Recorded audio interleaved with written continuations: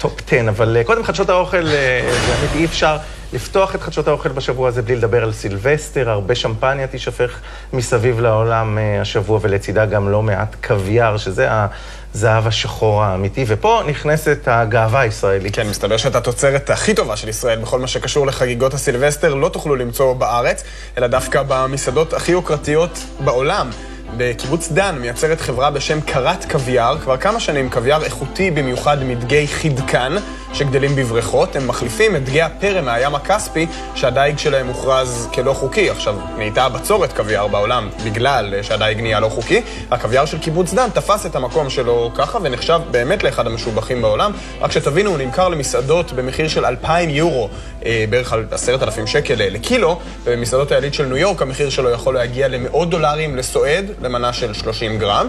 לקראת הסילבסטר עבדו שם במרץ כדי להדביק את הביקוש הגדול, ובמפעל סיפרו לנו שהרוב המוחלט של הקוויאר, מעל 80% מהסחורה, נמכרת בתקופה הזו של סוף השנה. 10,000 שקל לקילו, זה מזכיר לנו עד כמה סוף השנה זה חג גדול למסעדנים וחג כואב בכיס לסועדים. כן, אז בארץ דווקא לא מצאנו השנה התפרעויות גדולות מדי בתחום המחירים, אבל שים לב למה שקורה בחול. $995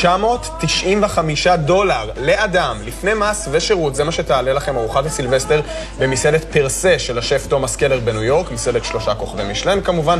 ארוחה שם תורכב מקבלת פנים, 9 מנות עם יינות מותאמים וכמובן שמפניה בחצות. אז אם זה נשמע לכם מוגזם ואתם גם מאלה שלא אוהבים את ניו יורק בסילבסטר, למה שלא תקפצו ללס וגאס, שם במסעדת פיקאסו שבמלון הבלאג'יו תצטרכו להפקיד רק $550 ולקבל בין השאר פתה כבד אבז, סרטן מלכותי מאלסקה, בשר קובי יפני והרבה אויסטרים ושמפניה, וכמובן שהמחירים האלה גבוהים בערך פי 3 נגיד מהמחירים של ארוחות רגילות באותן מסעדות ממש בימי חול, כך שההמלצה שלי לפחות, קחו את הדברים בפרופורציה, זה בסך הכל סילבסטר, גם שמפניה טובה וקצת גבינות בבית יעשו לכם את עבודה מצוין. או אפשרות נוספת, בדיוק בהמשך למה שאתה אומר, מהצד השני של האוכל, כולם בענייני מאסטר שף, על כל פתיליה של סבתא מקפיצים ניוקי בימים האלה, אז הנה הדור הבא של הטייק-אווי בסטארט-אפ ישראלי חדש שנראה די מבטיח. לגמרי, כי טייק-אווי ממסעדות זה באמת טוב ויפה, אבל מה לעשות, זה גם יקר וגם לפעמים לא הכי בריא, אז כדי לתת מענה לצורך ההולך וגדל במשלוחים, מושק בימים אלה אתר האינטרנט ימי, הוא הראשון מסוגו בישראל שמתגאה בכותרת אוכל ביתי עד הבית. מדובר במאגר של בשלנים ביתיים שמציעים אוכל ממטבחם הפרטי. המגוון בימי באמת מאוד גדול, אפשר למצוא שם בשלנים הודים לצד עיראקים, מנות בריאות לצד ארוחות ביסטרו, דברים פשוטים כמו שניצלים, מתוחכמים יותר כמו שוקטלה בתנור. המחירים נקבעים לפי משקל או לפי מספר היחידות במנה, והאוכל מגיע ממטבחו של הבשלן הפרטי עד בית הלקוח כשהוא מוכן להגשה, או אם צריך לחימום. כרגע השירות הזה פועל באזור המרכז, תל אביב והשרון בלבד, אבל הוא צפוי להתרחב בהדרגה לאזורים נוספים בארץ. הכל תלוי כמובן בביקוש, אבל גם בהיצע של הבשלנים המקומיים. מה שבאמת מעלה את השאלה, אם כל אחד יכול לבשל שם. הרבה מאוד אנשים חושבים שהם יודעים לבשל מצוין, אבל אנחנו יודעים מכל מיני מקרים משפחתיים ואחרים, לא כולם יודעים לעשות זה באופן מקצועי, ובטח לא תחת לחץ של לקוח ושל ביקורת. כן, לכן יש פה תהליך סינון לא קצר. כל בשלן ביתי שרוצה להציע את מרכולתו צריך לעבור פגישת היכרות עם אנשי האתר, ואחריה אירוע טעימות, שבו 15 תואמים מדרגים את המנות שלו לפי קריטריונים של טעם ומראה, והכי חשוב, האם הם היו מזמינים מנה כזו הביתה.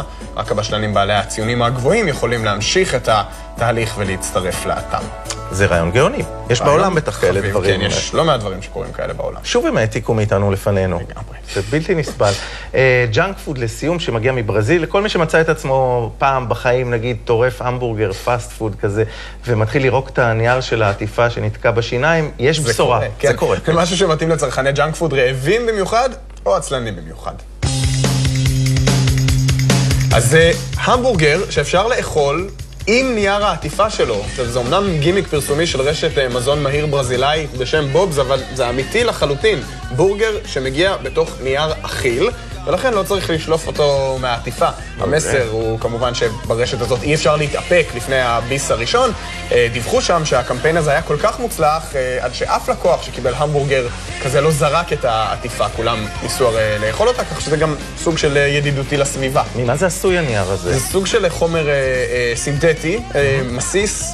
אתה יודע, לא יודע כמה זה בריא, אבל בכל מקרה, אני חושב שזה רעיון נהדר לאנשי עסקים ישראלים, נגיד, שמגיעים לחדר החקירות של משטרת ישראל, אולי לא מתכוונים למישהו ספציפי. לנייר עיתון. כן, נגיד. כן, עוד חדשות בבלוג של עמית ובפייסבוק של מדבר מהבטן. תודה. תודה רבה גיא, בתיאבון.